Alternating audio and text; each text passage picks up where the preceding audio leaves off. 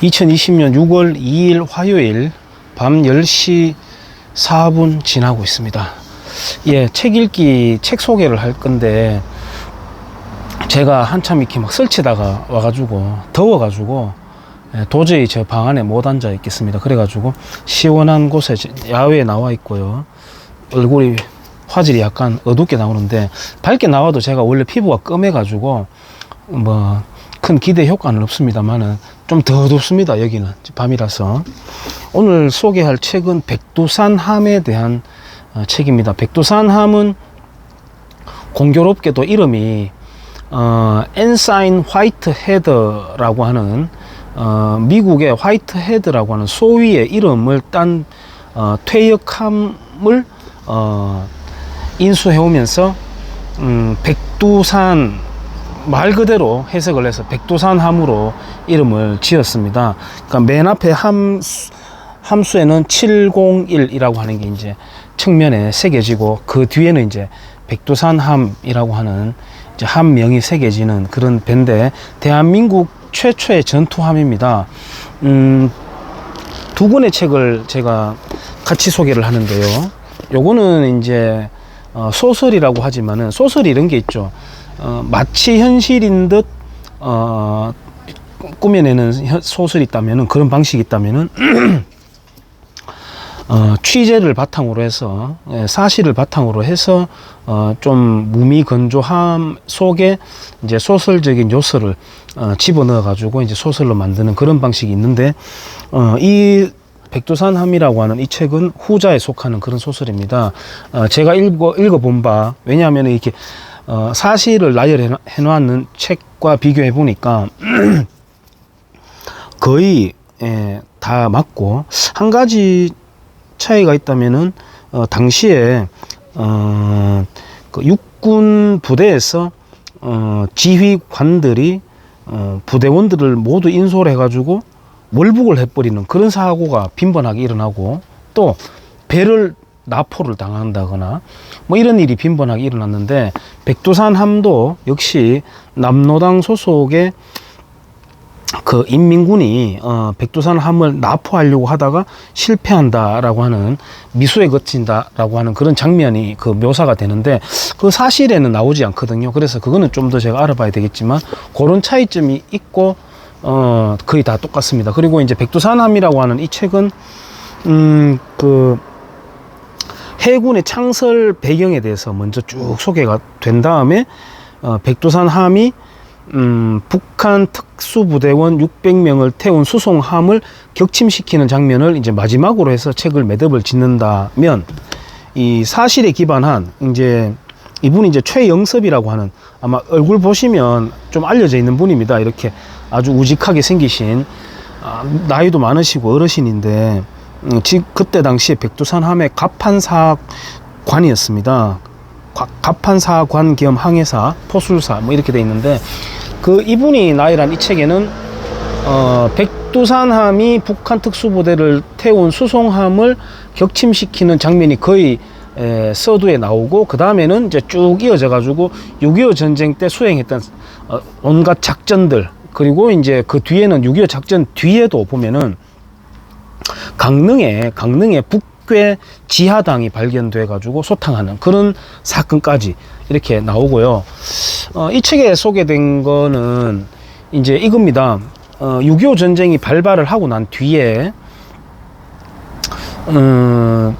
몰랐죠. 전군에서 다 빠르게 파악이, 이제 지금처럼 그 연락망이 다 잘 돼 있는 시절이 아니니까, 더군다나 그때 당시 이제 뭐 10가지 의문사, 불가사의 이런 게 알려지기도 했는데, 왜 군인들을 외출 외박을 전쟁을 앞두고 그렇게 많이 허락을 해줬느냐, 또 부대 교환을 많이 하고 지휘관들을, 그리고 장교들을 술 파티를 벌리고 뭐 이런 장면들이 나오긴 하지만은, 그것과 별개로 연락망이 그렇게 지금처럼 아주 기민하게 연결되어 있는 게 아닌데, 그 상황에서 이제 25일 6.25 전부터 이제 동해안 쪽에, 전방 쪽에 상륙을 해서 전투원들이 상륙을 하는 그런 장면들이 나오고, 이 참고로 백두산함은 제가 좀 건너뛰었네요. 백두산함을 구해오는 배경은 해군의 그 열악한 장병들이 그때 당시 초창기죠. 손원일 제독을 비롯한 특히 부인회에서 손원일 제독의 이제 부인부터 나서가지고 부인회에서 뜨개질을 한다거나 뭐 폐지를 줍는다거나 이렇게 해서 이제 돈을 모으고 그렇게 해서 이제 아주 우여곡절을 겪은 끝에 이제 미국에 가서 이제 배를 사오는 미국에서 이제 역시 그 퇴역했는 그 이 전투함 화이트 헤드라고 하는 배가 훈련 견습용으로 정박 상태에서 쓰이고 있었는데 이제 그걸 사들이는 장면 뭐 그런 것들이 나오고 소설과 조금 차이가 있다면 소설에서는 그 미국의 정박 중에 있는 현장에서 도색을 했다고 나와 있는데 이 최영섭 이 어르신이 쓴 책에는 예비역 해군 대령이죠. 이분이 쓴 책에서는 이제 그게 아니라 가지고 와가지고 이제 녹 작업을 하고 진회색으로 색칠을 했다 뭐 이런 장면이 나오는데 약간의 뭐 차이가 있긴 한데 큰 의미는 없는 것 같고요. 아무튼 굉장히 고생스럽게 가져왔고 소설에서 비치는 해군의 처음 초창기 창설 배경에서는 이 사람들의 정신 상태가 어떤 상태였냐면 어떤 뭐 북한 공산당을 상대로 한다 이런 게 아니라 일본이 물러갔으니까 우리도 이제 우리 바다를 지키자라고 해서 충무공 정신을 받들어서 손원일 제독이 거기에 이제 영감을 얻어가지고 해군의 창설을 굉장히 열성적으로 추진한다 그런 게 있고 그 뒤로 이제 김성주가 6.25 전쟁을 일으키면서 또 그 전에 뭐 몽금포 해전도 나오고요.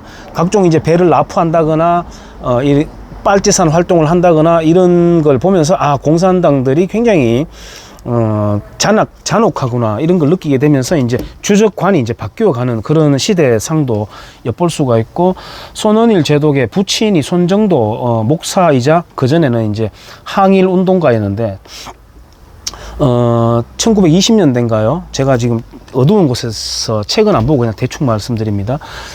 그 손정도라고 하는 손원일 제독의 부친이 김성주, 그러니까 지금 잘못 알려져 있는 김일성, 가짜 이름이죠. 김일성이 이를 이렇게 좀 이렇게 양육하는 그런 장면도 나와요. 왜냐하면 김일성의 아버지 김형직이죠. 김형직과 손정도 목사의 그 인연 때문에 김형직의 아들이 이제 김일성이잖아요. 김성주잖아요. 그래서 같이 양육시키는 그런 장면도 나오고요. 좀 굉장히 놀랍죠. 어떻게 보면 그때 좀 죽여버렸으면 좋았는데 그래서 김성주가 없었으면 또 다른 악마가 나왔겠죠. 뭐 박헌영이도 있었고 여러 악마는 줄 서 있었으니까 김원봉이가 뭐 스탈린에게 발탁되었으면 더 악질적이었을지도 모르는 일이죠. 아무튼 그런 이야기들이 나오고 이제 그 동해안 전방 동해안에 상륙하는 북괴 인민군들을 저지하라라고 하는 명령을 받은 이 백두산 함이 진해에서 명령을 받고 이제 쭉 올라가는 중에 레이더도 없고 하니까 눈으로 발견을 해요. 견시 눈으로 감시를 해서 검은 연기가 남쪽에서부터 북쪽으로 쭉 길게 이어지는 모습을 보고 저거 뭐냐 이렇게 해서 같이 올라가던 함정은 그대로 올라가라라고 하고 이제 백두산 함은 쭉 가서 이제 보니까 갑판에 무장한 병력 600여 명이 이제 있는 겁니다. 그래서 저것은 단번에 여기도 나옵니다만 지휘관의 초기 어떤 직관 이게 굉장히 중요하다고 여기도 나오는데요. 그래서 저거는 북괴가 부산에 상륙하러 가는 배가 확실하다 이렇게 이제 직감을 한 다음에 다시 얼른 빠져나왔다가 이제 돌아가고 또 이 북괴 특수부대 600여 명을 실은 그 수송함은 또 변침을 하면서 속도를 내면서 이렇게 가고 이제 한 번도 실탄 사격을 해본 적이 없던 터라 일단 포가 적중하든 안 하든 뻥 하고 날아가는 순간 모두가 이제 와 날아가는구나 하고 이제 함성을 지르는 그런 장면들도 나오고 정말 열악한 그래서 계속 포물선을 그리니까 가까이 가가지고 하자. 가까이 가면은 이제 위험도도 높아지죠. 그래서 가까이 가고 거기에서 이제 포격전이 벌어지고 포신이 눌러붙고 다시 그걸 수리하고 그런 중에 우리의 갑판에도 적의 포탄이 떨어져서 내장이 터져 나온다거나 이런 끔찍한 이런 장면들이 나오고, 그분들이 전사하면서까지도 대한민국 뭐라고 말하는 그 뒷말은 흐려졌지만 대한민국이라는 말까지 하다가 이제 돌아가시 전사하고, 이런 눈물겨운 장면들이 많이 나오는데, 백두산함이 만약에 북괴 수송함을 격침하지 않았더라면, 백두산함이 북괴 수송함을 격침하는 장면이 가장 안타까워하는 게 지금 대한민국의 문재앙과 청와대에 덕실거리고 있는 주사파 아니겠습니까? 그리고 KBS, 대표적으로 KBS에서 민주노총 역사전을 그날 팀들이 굉장히 안타까워하는 그런 사건이 이제 벌어진 거죠. 만약에 그게 저지되지 않고 수장시키지 않았다면 그 특작 부대원 600명이 거의 무방비 상태에 있는 부산항을 점령을 하고, 부산항이 점령이 되면서 아무래도 공수로 물자라든지 병력을 지원하는 거는 한계가 있잖아요. 그래서 유엔군이 일본에서부터, 일본은 이제 병참기지죠. 후방기지인데 거기에서부터 오는 게 굉장히 어려웠을 거다. 대한민국은 삽시간에 적화가 되었을 것이다. 낙동강 전선 뭐 이런 거는 애초에 일어나지도 않았을 것이다.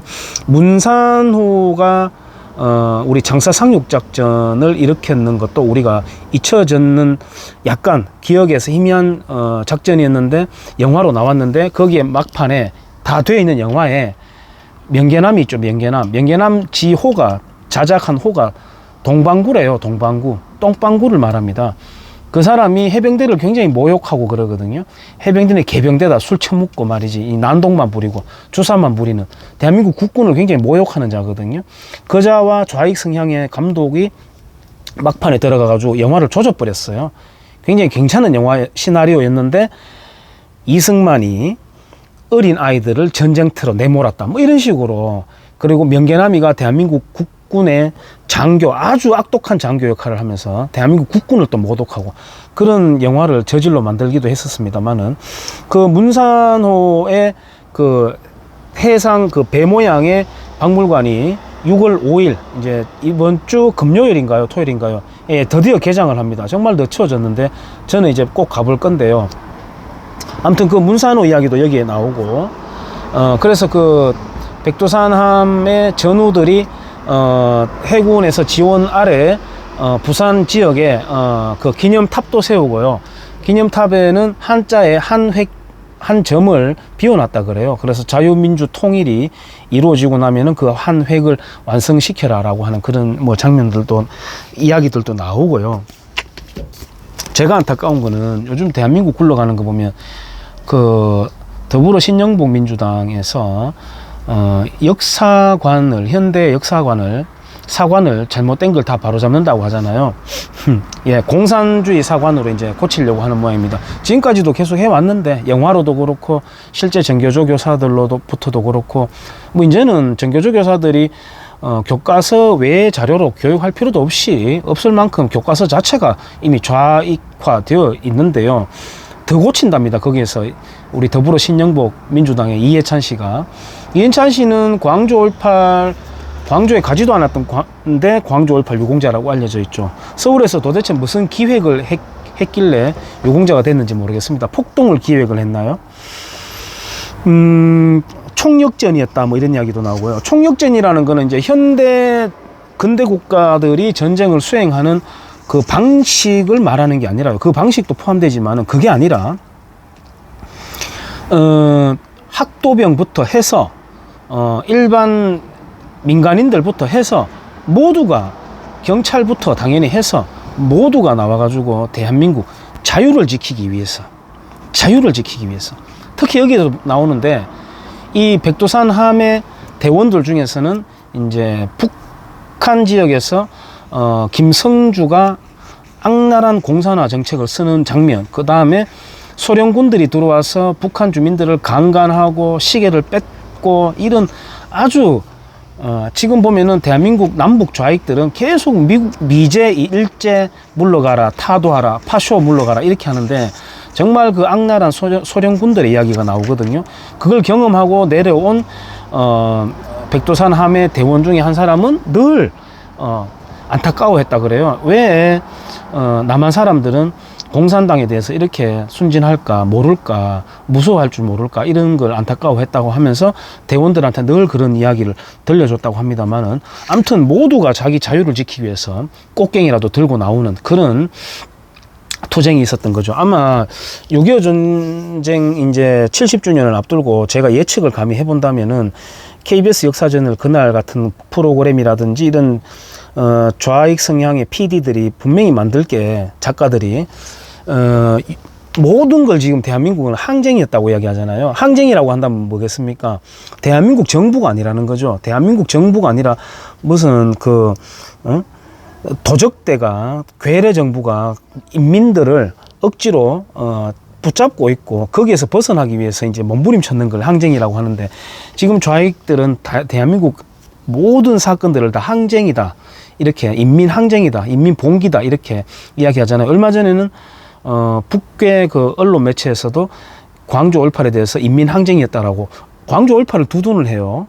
그 폭동 시위에 대해서도 북괴가 여러 가지 시그널이 많죠. 지금은 거의 뭐 오픈북 테스트 하듯이 이렇게 시그널을 구체적으로 주고 있는데도 국민들이 눈치를 못 챕니다만은, 아무튼 그렇게 역사를 바꿔가는데, 아마도 KBS 역사전을 그날 같은 프로그램에서는 6.25 전쟁에 대해서도 미국과 뭐 강대국들에 의해서 우리나라에서 찢어지는 전쟁이었고, 우리는 싸울 필요 없는 우리 민족끼리 아픔이었을 뿐이다, 이런 식으로 몰아갈 것이 뻔합니다만은 그렇지 않습니다. 6.25 전쟁은 조선만 하더라도 제대로 한번 싸워봤는가, 노컷 조선 조선실록인가요? 조선왕조실록인가요? 제가 제목을 잠깐 가물가물한데, 거기에 보면은 언제 한번 제대로 싸워봤는가라고 하는 그런 챕터가 있습니다.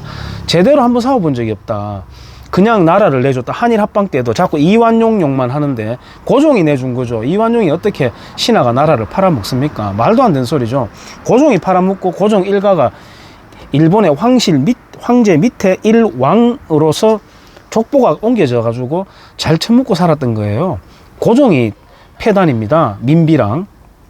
아무튼 언제 한번 이 땅에서 제대로 한번 싸워본 적이 있는가? 근데 6.25 전쟁만큼은 달랐습니다. 예, 우리가 강대국이라 칩시다. 강대국들의 전쟁에 이 땅이 휘말렸다 칩시다. 하지만 우리는 여기에서 그냥 땅만 빌려주고 아픔만 있었던 게 아니라, 대한민국 국민들은 직접 모든 혼과 몸을 자유진영에 맡겨가지고 함께 싸웠던 겁니다.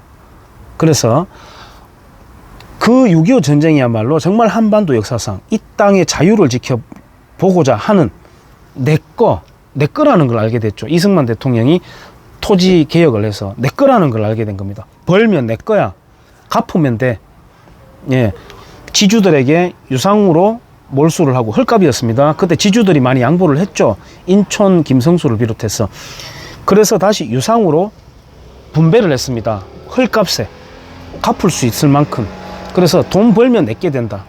시간만 나면, 돈만 있으면 사랑방에 모여 앉아서 노름하던 그 정신들이 이제 바뀌어가는 거죠. 물론 새마을 정신 때 한 번도 확 뒤집어져서 뜯어 고쳐지지만, 그래서 그런 소유, 자기 것이라는 걸 지키고자 하는 그 자유의 정신이 다른 세계 우방국들의 자유 연방이 되어 가지고 함께 전체주의 세력과 싸워냈던 겁니다. 그리고 6.25 전쟁은 다음에 제가 또 6.25 전쟁에 대해서 다른 이야기를 할 때 하겠습니다만은, 아시겠지만은 1차 대전에 남아있던 불씨가 다시 터져 나온 게 2차 대전이고요. 2차 대전에서 정리되지 않았던, 어쩔 수 없이 연대해야만 했던 소련과 미국을 위시한 자유국가들이 다시 한번 연장전을 붙은 게 바로 6.25 전쟁이고, 우리 대한민국은 조선인이 아니라 대한민국으로 건국되어서 비록 열악하긴 하지만 대한민국 국군으로서 자유 우방국들과 함께 힘을 합쳐가지고 북괴를 위시한, 북괴가 위시가 아니죠. 북괴는 개였으니까 소련을 위시한 중공, 그리고 북괴와 붙어서 대륙의 전체주의 세력과 붙어가지고 승리를 해내고 이렇게 빛나게 발전해낸 멋진 전쟁이었습니다. 예, 그래서 정말 아픔을 위장한, 하지만 축복이었던 그런 결과를 낳은 그래서 반공을 국시로 삼아서 경제 성장을 내달릴 수 있었던 그런 계기가 되었고요.